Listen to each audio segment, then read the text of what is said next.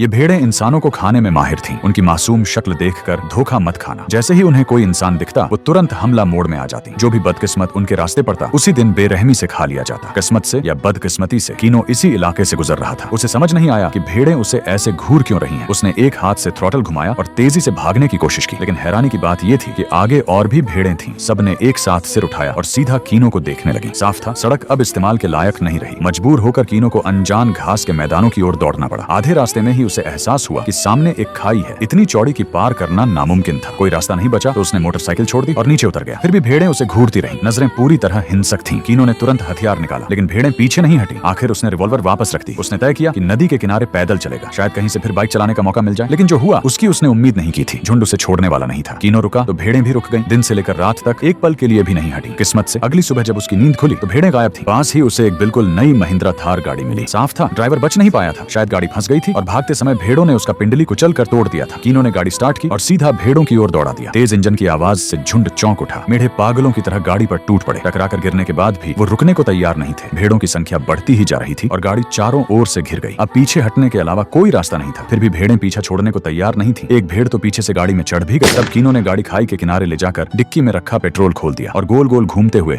जमीन पर पेट्रोल फैलाने लगा। फिर उसने एक ही गोली चलाई। आग पल भर में फैल गई। भेड़ें कुछ ही सेकंड में जलकर राख बन गईं। जो बची उन्हें कीनो ने पिस्तौल से खत्म कर दिया। तभी झुंड का सरदार अचानक उसके सामने कूद पड़ा। जैसे ही वो गिरा बाकी भेड़ें एक साथ टूट पड़ी। उसी पल कीनो समझ गया हालात बेहद खतरनाक हैं। उसने फुर्ती से एक तख्ते का पुल बनाया और दूसरी ओर छलांग लगा दी। एक एक करके भेड़ें खाई में गिरती चली गईं। आग और मौत के समंदर में झुंड को खत्म होते देख कीनो बस यही सोचता रह गया, आखिर वो उसे मारने पर इतने आमादा क्यों थी।